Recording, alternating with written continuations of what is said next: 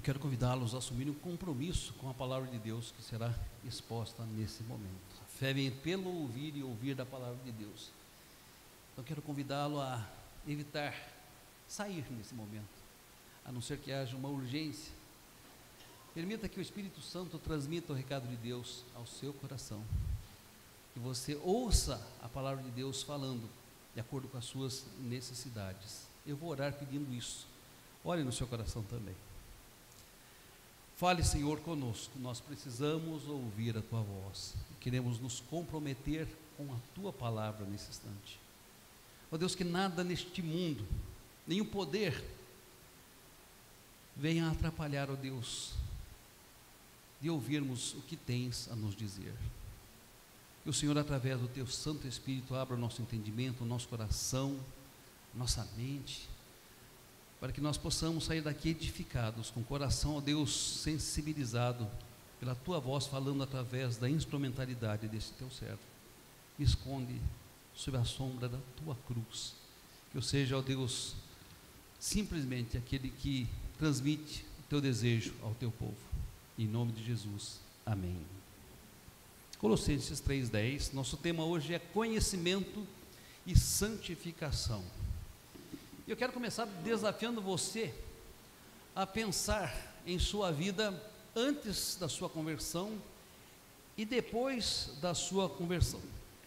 Como você era antes de nascer de novo e de entregar a sua vida a Jesus. Por outro lado, como você é agora, depois de ter nascido de novo, de ter entregado a sua vida a Jesus. Alguns não se lembram da experiência da sua conversão, porque foi tão simples, tão tranquila, foi num crescendo e de repente se percebeu, nascido de novo, convertido, filho de Deus. Para outras pessoas, a experiência da conversão é algo dramático, é algo espetacular, é algo que realmente tem uma data específica, tem um momento específico, tem uma hora específica. Meus amados, saibamos ou não identificar o momento do nosso novo nascimento, da nossa conversão, uma coisa é certa: todos nós devemos saber a diferença entre estar em Cristo e não estar em Cristo. Todos nós devemos saber como a nossa vida passou a ser a partir do momento que entregamos a nossa vida a Jesus. Porque a Bíblia diz que se alguém está em Cristo, nova criatura é, as coisas antigas já se passaram e eis que se fizeram novas. E é sobre essa transformação e este processo de crescimento espiritual que nós gostaríamos de falar nesta noite, sobre o tema conhecimento e santificação. E eu quero, em primeiro lugar, destacar o seguinte ponto: nós em Cristo Jesus temos uma nova posição. Uma nova posição em Cristo. Este nosso primeiro ponto. Alguns versículos desse capítulo 3 de Colossenses, eles fazem afirmações posicionais, ou seja, são versículos que indicam fatos já realizados na nossa vida, porque nascemos de novo, nos convertemos e entregamos a nossa vida a Jesus. Acompanhe comigo. Quando em Colossenses capítulo 3, versículo 1, ele afirma que nós ressuscitamos juntamente com Cristo, está falando de uma posição. Quando ele afirma que nós estamos mortos em Cristo e que a nossa vida está oculta juntamente com Cristo, Colossenses 3:3, ele está falando de uma posição. Quando afirma que nós já nos despimos do velho homem, Colossenses 3:10, ele está falando de uma posição.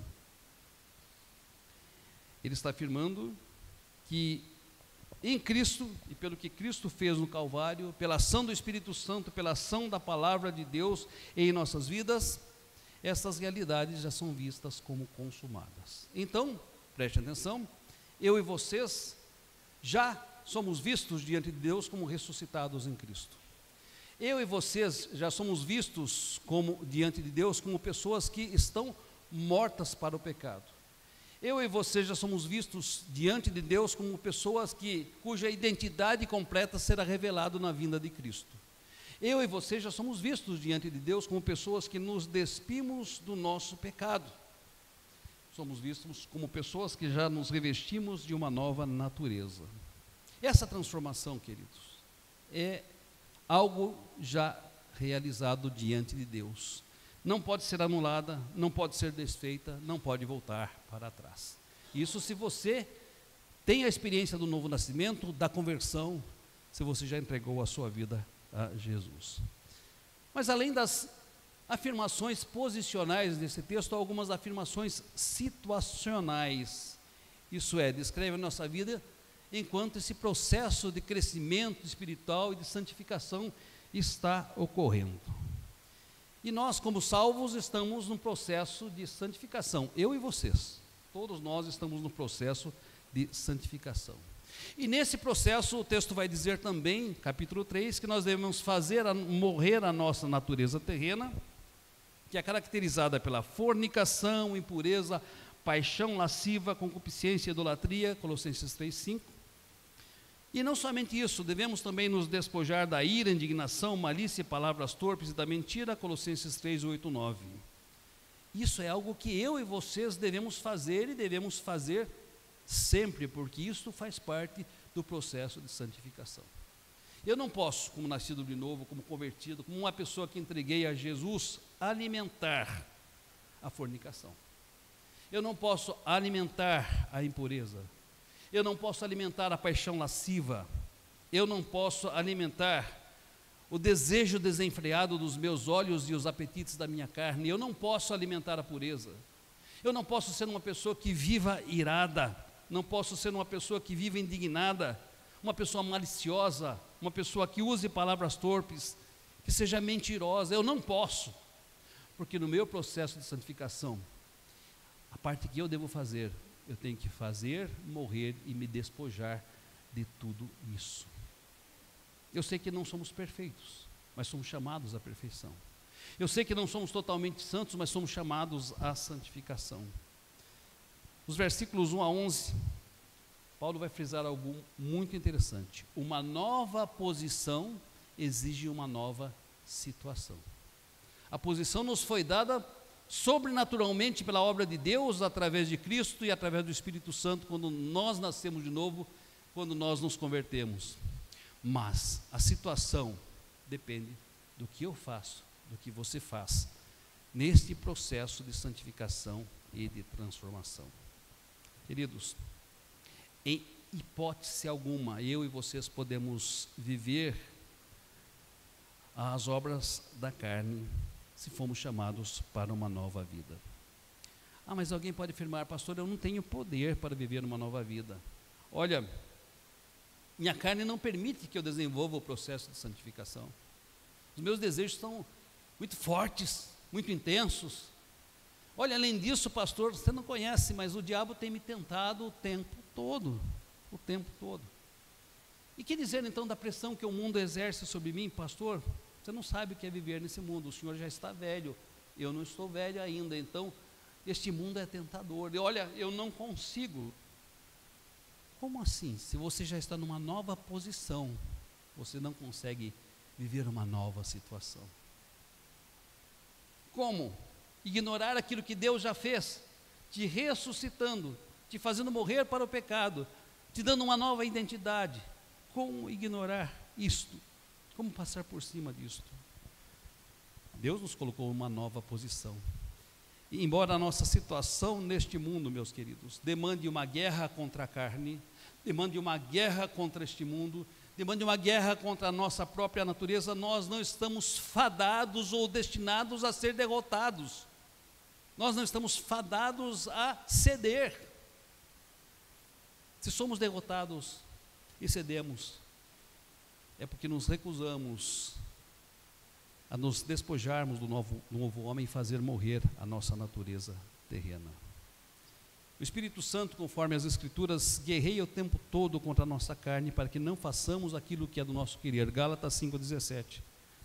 Mas, se o Espírito Santo está numa guerra, eu pergunto, nós estamos? Se ele milita dia a dia, guerreia dia a dia para que nós não façamos a vontade da nossa carne, mas sim manifestemos o fruto do Espírito, nós estamos envolvidos nessa batalha ou achamos que só Ele deve fazer a sua parte e nós não?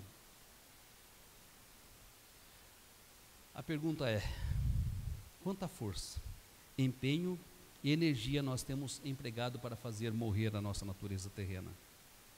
Quanto de disciplina nós temos empregado para fazer morrer o velho homem com as suas obras? A situação em que nos encontramos em nossa vida de santificação e de caminhada com Jesus, ela reflete a posição que nós ocupamos, como nascidos de novo e ressurretos para uma nova vida. Ela reflete o fato de, em Cristo Jesus, já termos morrido para o pecado. Primeiro ponto, uma nova posição em Cristo, que exige uma nova situação em Cristo. Segundo ponto, o conhecimento de Deus e a santificação. Jeremias, capítulo 9, versículos 23 e 24, é um texto que eu amo. Ele diz o seguinte: qual é a nossa maior glória? Qual é a nossa maior glória? Poder, sabedoria, riquezas, o ser visto, o ser notado, o ter destaque social, o ter status. Qual é a nossa maior glória? Qual é a nossa maior glória? O texto nos responde, meus amados, dizendo: não se glorie o sábio na sua sabedoria,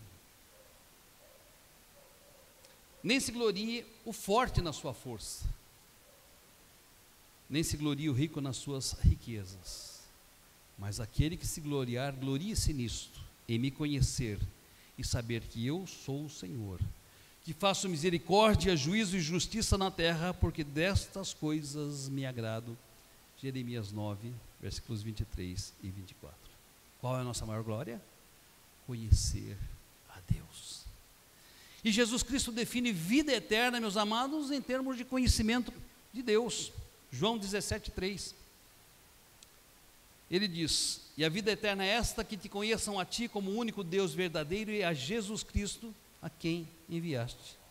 Portanto, sem conhecimento de Deus, não existe salvação. Mas, além disso, sem conhecimento de Deus também não existe santificação.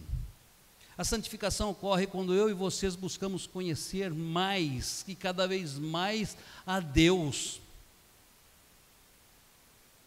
Nós somos chamados a crescer no conhecimento de Deus, meus amados. E conhecemos a Deus através daquilo que Ele se revela. Conhecemos a Deus através do compromisso que temos com a sua palavra que está sendo exposta, e por isso eu convidei a todos que reservassem esse momento para ouvir a voz de Deus. Nós conhecemos a Deus quando buscamos a sua revelação e através da sua revelação saber mais dele. Nós conhecemos a Deus quando ousamos andar na sua presença. E há um convite que Deus faz a Abraão quando ele tinha quase 100 anos. E olha, se ele fez um convite a um idoso de 100 anos, esse convite é muito mais relevante a todos nós, jovens ainda, né? Alguns já idosos também, com menos de 100 anos, né? Olha o convite, meus queridos, que Deus fez a Abraão quando ele tinha 99 anos. Sendo, pois, Abraão da idade de 99 anos, apareceu o Senhor a Abraão e disse-lhe: eu sou o Deus Todo-Poderoso, anda na minha presença e ser perfeito. Se aos 99 anos Abraão ainda não tinha completado o seu processo de santificação, e não tinha, ele precisava andar na presença de Deus para ser perfeito. E é isso que diz o nosso segundo ponto: o conhecimento de Deus nos santifica, o conhecimento de Deus nos aperfeiçoa. Note que o Deus Todo-Poderoso, o grande eu sou, convidou Abraão a andar na sua presença. E qual a consequência de andar na sua presença? Ser perfeito. Note que ele não disse a Abraão: seja perfeito e então ande na minha presença. Ele disse a Abraão: ande na minha presença e seja perfeito. Salmo 25:14, o salmista afirma que a intimidade de Deus é para aqueles que o temem, aos quais Ele dará a conhecer a sua aliança. Então note, à medida que nós nos aproximamos do Deus Todo-Poderoso e buscamos o conhecimento desse Deus com temor e tremor, e buscamos comunhão e intimidade com este Deus, nós, meus amados, temos realçados os nossos pecados, as nossas iniquidades, e temos uma oportunidade graciosa de ser acolhido pela misericórdia de Deus e ser transformados por Ele e ser aperfeiçoados por Ele. Não é sem razão que o profeta Oséias afirma que o povo daquela época pecava. O povo daquela época estava sendo disciplinado e condenado por falta do conhecimento de Deus. E Jesus afirma aos seus contemporâneos, vocês erram porque não conhecem as Escrituras. Como está a sua vida de crescimento espiritual, meu irmão, minha irmã, queridos ouvintes? Para responder essa pergunta, questione-se antes: quanto eu conheço a Deus Todo-Poderoso? O quanto eu tenho andado com Deus Todo-Poderoso? O quanto eu tenho andado na sua comunhão e o quanto eu tenho andado em sua intimidade? Quanto tempo eu tenho gasto para conhecer a Deus através das Escrituras? Quanto tempo eu tenho gasto como nascido de novo para buscar a Deus em oração? Considero a Deus e a Jesus Cristo em todos os meus caminhos e em todos os meus passos. Considero a Deus e a Jesus Cristo em todos os meus caminhos, em os meus passos. Nas minhas decisões, nas minhas escolhas, nas opções cotidianas, eu me pergunto em meus passos, que faria Jesus? O que eu estou fazendo faria Jesus? As minhas escolhas seriam escolhas de Jesus? Porque conhecimento, ele leva invariavelmente à santificação. Conhecemos a Deus? Terceiro ponto, e vai parecer que eu estou me repetindo aqui, mas agora é o inverso. Segundo ponto, o conhecimento de Deus promove a santificação. O terceiro ponto, a santificação promove o conhecimento de Deus. Alguém pode pensar, pastor, a ordem das palavras não interfere na sentença, né? O famoso pensamento, né? A ordem dos fatores não interfere no produto, né? Pode parecer que realmente as duas frases se confundem, mas de modo algum. No ponto anterior, nós afirmamos que quanto mais andamos na presença de Deus, em comunhão e intimidade com Ele, mais nós nos santificamos. Nesse ponto, nós queremos afirmar que quanto mais nós nos santificamos, mais conhecemos a Deus. Ou seja, só é possível crescer no conhecimento de Deus, andando na presença dEle e buscando a santificação. E buscando fazer morrer a nossa natureza, e buscando nos despojarmos do velho homem. Só assim é possível conhecermos cada vez mais e melhores a Deus. E ouso dizer que a cristandade tem hoje, infelizmente, o conhecimento medíocre de Deus, porque não está disposta a fazer morrer a sua natureza terrena, porque não está disposta a se despojar do velho homem, porque não está disposta à disciplina necessária e suficiente para negar-se a si mesmo, tomar a cruz e seguir a Jesus Cristo. O versículo 10, texto que nós lemos, o apóstolo Paulo diz que quando nos despimos do novo homem e nos revestimos do novo homem, esse novo homem se renova para o conhecimento segundo a imagem daquele que o criou. Notem, se renova para o conhecimento segundo a imagem daquele que criou. Como é que eu e você somos renovados para conhecer a Deus mais e cada vez melhor? À medida que nós nos santificamos. Desta forma, meus amados, o conhecimento de Deus nos santifica, e a santificação nos permite um aprofundamento cada vez maior do conhecimento de Deus, e uma transformação cada vez maior da sua imagem e a sua semelhança. Uma das frases mais bonitas do Antigo Testamento, Oséias capítulo 6, versículo 3, é a seguinte: conheçamos e prossigamos no conhecimento de Deus. Eu acho uma das frases mais belas do Antigo Testamento. Só que essa frase foi proferida de forma insincera. O povo estava tentando fugir de uma situação de castigo e de disciplina. E então eles manifestaram aquele espasmo espiritual diante do castigo que se avizinhava, dizendo: olha, para que isso não venha sobre nós, para que isso não ocorra, conheçamos e prossigamos no conhecimento de Deus, mas Deus disse: eu conheço vocês. Essa disposição é como uma chuva passageira, aquela trovoada, aquele movimento, mas daqui a pouco ela sumiu. Deus afirma que conhecia a disposição dele, era como chuva fora do tempo, que fazia muito barulho, mas logo passava. Em outras palavras, notem, eles queriam manipular o juízo de Deus através de uma declaração bonita. Será que tem sido diferente para comigo? Para conosco? Nossas orações em que pedimos maior conhecimento de Deus vêm acompanhadas do compromisso de buscar a presença de Deus de todo o coração, vem acompanhado com o compromisso de dizer não às tentações deste mundo, dizer não às tentações da nossa carne, dizer não à ação do diabo?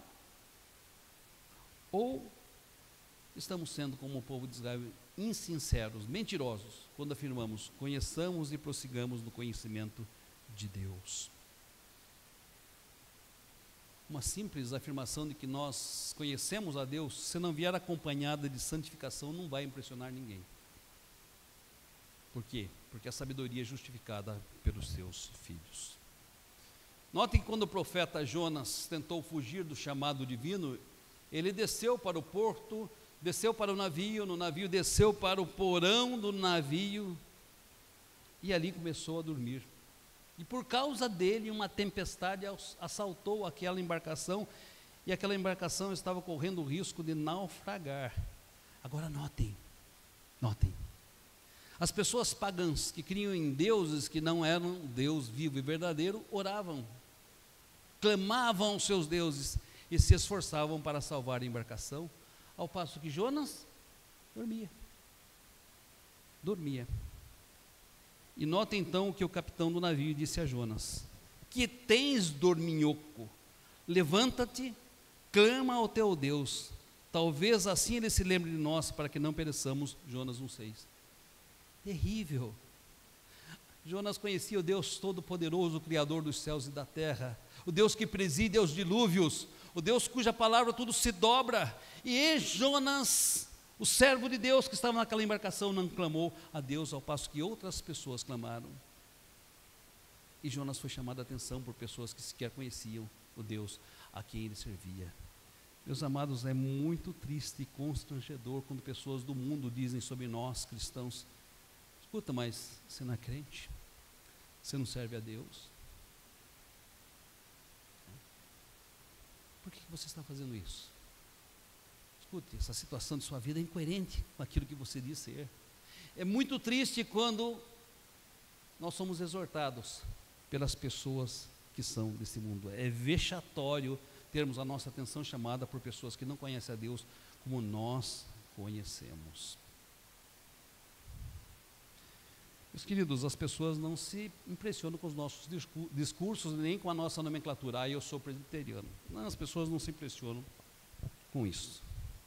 Elas saberão que somos filhos de Deus, meus amados, quando nós nos comportarmos como filhos de Deus. Elas saberão que somos filhos de Deus quando tomarmos a decisão de andar com Deus para ser perfeitos. E quando tomamos a decisão de ser santos, cada vez mais santos, para conhecer cada vez melhor ao nosso Deus. Elas conhecerão a nossa verdadeira identidade e glorificarão o nosso Pai que está nos céus quando a nossa luz resplandecer em meio a essa geração pervertida e corrupta. Estou concluindo. Certamente os irmãos já ouviram falar de Leonardo da Vinci. Ele é conhecido como um grande pintor e um exímio escultor. E ele procurava retratar nas suas pinturas e esculturas a realidade. Tanto assim que ele procurava modelos para fazer as suas pinturas e as suas esculturas. E então, quando ele foi fazer uma grande obra numa capela, ele procurou alguém que representasse a Jesus e que pudesse, olhando para aquele homem, ser inspirado para pintar ou para esculpir a pessoa de Jesus Cristo. E ele encontrou um jovem crente num vilarejo, um jovem que dava um bom testemunho, um jovem notável, admirado, querido, amado pelas pessoas. Então, foi com este jovem que ele fez a pintura na Capela Sistina de Jesus Cristo. Tempos depois, chegou a vez de pintar Judas. E agora? Quem será o personagem que vai me inspirar a pintar Judas? E procurou por todos os lugares até que ele resolveu procurar na prisão. Talvez, obviamente, na prisão encontrasse alguém que simbolizasse Judas. E de fato encontrou. Encontrou um jovem que para ele, em sua sensibilidade de poeta, de pintor, de escultor, era o exemplo perfeito de quem era Judas. O convidou para ser o seu modelo. E aquele jovem disse: pois não, seu Leonardo, eu posso ser sim. E ele ficou espantado, porque aquele jovem sabia o seu nome. Era um jovem que estava preso por haver cometido graves crimes, mas sabia o seu nome. Depois não, seu Leonardo. E ele, intrigado com a resposta do jovem, disse: mas de onde você me conhece? Ele falou: o senhor não está me reconhecendo? Ele disse: não, não estou reconhecendo.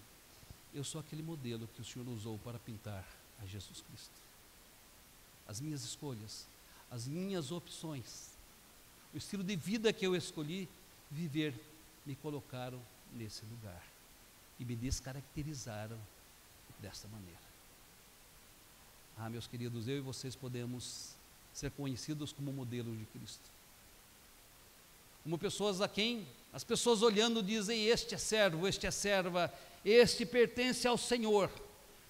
Mas se nós não estivermos dispostos a caminhar com Deus, se nós não estivermos dispostos a viver um processo de santificação, esta imagem poderá não ser vista mais em nós. Não seremos vistos como servos de Deus, mas como aqueles que pelas suas atitudes, escolhas, traem o evangelho que disseram abraçar, traem a Jesus Cristo que disseram servir, traem e negam ao Senhor que um dia confessaram nas suas vidas. Que a luz de Cristo continue a resplandecer no meu rosto, no rosto de cada irmão e irmã, de cada jovem nessa noite, em nome do Senhor Jesus Cristo. Amém. Amém.